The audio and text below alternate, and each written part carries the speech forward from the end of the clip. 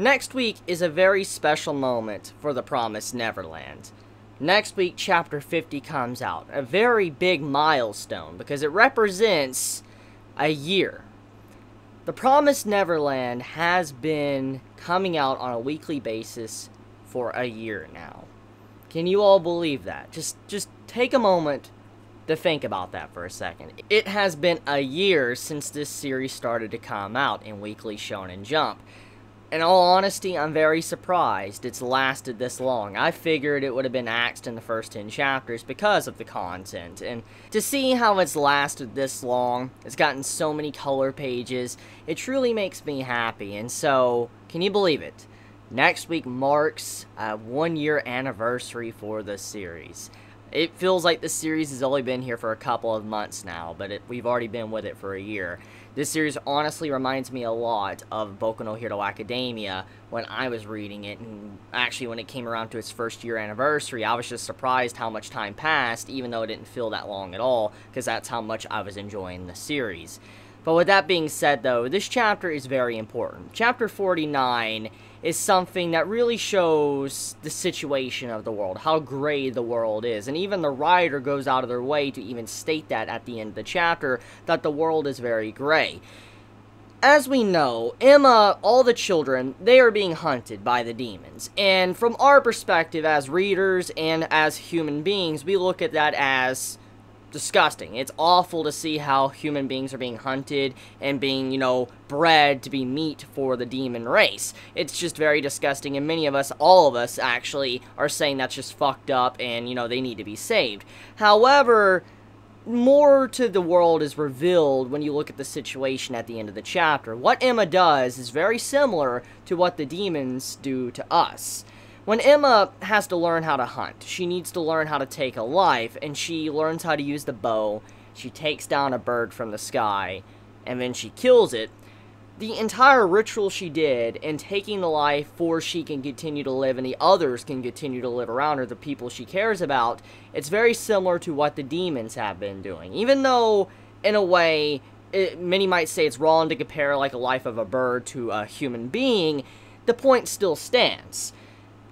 You have this situation where it's very similar. Creatures hunt to survive. Creatures have to eat others to survive. That's how the world works. That's just the food chain. And in this case, when Emma was thinking about how they needed to eat to survive, and when she thought about Norman and all of them just laying on the ground dead, she realized what the demons have been doing to them for so long is exactly what human beings would do. I mean, if we needed to survive, if we needed to eat, obviously we would probably throw the demons under the bus and eat them. That's just common sense. And so in this case, Emma realized, like, holy shit, maybe they're not necessarily evil, they're just doing what means to survive. They need to do that before they could survive, and that's exactly what she realized in this chapter, the meaning of taking a life and what the demons exactly do. When they perform their ritual, it's like Gupna, I don't know how to pronounce it, but when they perform their ritual, it's not like they're trying to kill humans for sport. They're not doing it just because they want to do it. They're doing it out of they need to eat humans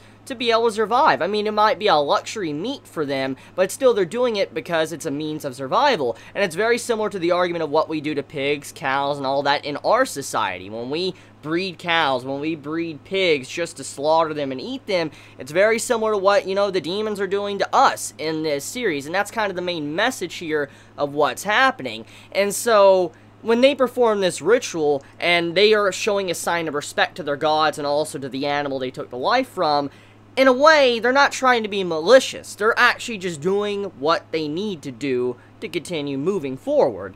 And so, I like the aspect of this chapter. I mean, it's always been there. All of us have already realized that this is kind of the message of the series since the beginning of the first chapter. It was there. I even discussed this when the series first began. However, I do like how the characters are starting to realize the concept of that. So, the demons, the two demons that our cast of characters met, they are helping them out. They're teaching them how to survive in the wilderness, which makes a lot of sense. Yes, our characters like Ray and Emma and all the other characters, Dawn and Gilda and them, they're very intelligent, they know how to learn, they know how to go out in the wild and save themselves and help others and all that, like, you know, to survive. However, this is their first hands-on experience with dealing with stuff like this. They may have the knowledge, but they need to have experience, hand-on experience, to be able to press forward for all of them could survive. For instance, since this world is like an alien world, you can't really trust the information that's in the books that they've been reading, since this is like a separate part of the Earth, the planet Earth, since it's like a different dimension or something. Still needs to be clarified. But the point stands is that they need to know what they can eat, what they can't eat, how to make medicine for certain things that they, you know, have when they get sick, or, you know, they need to figure out pathways to where they can continue on with their journey without being caught. In this case, that's what the demons were doing. They were teaching them all sorts of things to survive, basic essentials that you need if you're going to be living out in the wilderness for a very long time. And from what the demons say, they are like, basically don't think the children are probably going to escape at all, and so they're trying to give them the best type of tools they can have to be able to survive for at least somewhat a little bit of a longer life than they already have. And so when they're teaching them how to cook, teaching them how to start fires, teaching them how to gather certain plants, which plants are good for eating, which plants you can use in medicine, you know, teaching them how to make bows, spears, how to fight back, it's a very interesting thing. But one of the big things about this chapter that really stands out that needs to be addressed is the ritual. Goompa, or however you pronounce that. The ritual is probably the most important thing that this chapter really showed us. It's not the fact that the demons have this code to where they show respect to the kill, but the actual plant they used for the kill. It's a very vital plant that I could see being used as a weapon against the demons in the future. Hear me out. As we found out, the plant is like a vampire flower. When you put it in like a living person's chest, the blood seeps out. It just makes it to where the animal or creature, whatever, human, they bleed much more. For instance, blood just pours out, and you can get the blood out of the meat, and then it makes it to where the meat is much better later on when you finally need to devour it, / cook it, or whatever. And so in this case, it's a way to kind of prep the meat. But since this vampire flower can be stabbed in the chest and then bleed out the victim, I could definitely see this flower being used as a weapon. I could see Emma possibly turning stuff like this into maybe like a bow, like an arrow or something, and using her bow, I don't know why I said bow, but turning it into like an arrow and then shooting these flowers into demons in the future, because from what we understood is that this can be done to any living creature. And we do know that the demon that's been helping out Emma and Ray, not Musica, but the other one, he did say that he will eat anything. He doesn't eat humans, but he is willing to eat anything else, which implies that he probably is willing to eat others of his kind, demons. And so I could definitely see that this flower has an effect on that, to be able to, you know, hit, you know, a demon and probably kill them. So maybe this could be a weapon, since there's a lot of them around the place, since, you know, it was stated by the demon in this chapter that there is a lot all around. So it's definitely something that Emma, Ray, and all the other children could use to make as weapons to fight back.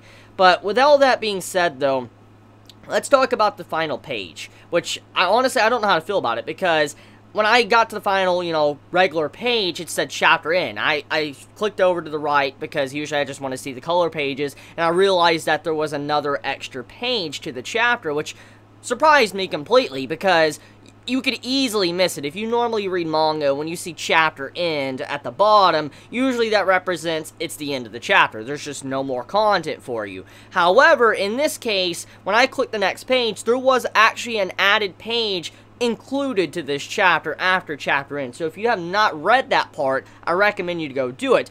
Now, the big thing about this was William had a message. He was saying it like, you know, I want you all to come to the Neverland and all that, all of you at once, and, you know, we'll have a revolution. So basically it shows that this man is like a terrorist in his world. That's kind of what it seems to be implied here, that he is definitely working against both sides, humans and demons, to try to do something, break the promise and form a new promise. That seems like what he's trying to do. So that color page does add a little bit more mystery to William's character, and I can't wait to finally see him introduced into the story.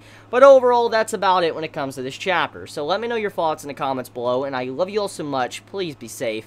Chibi out.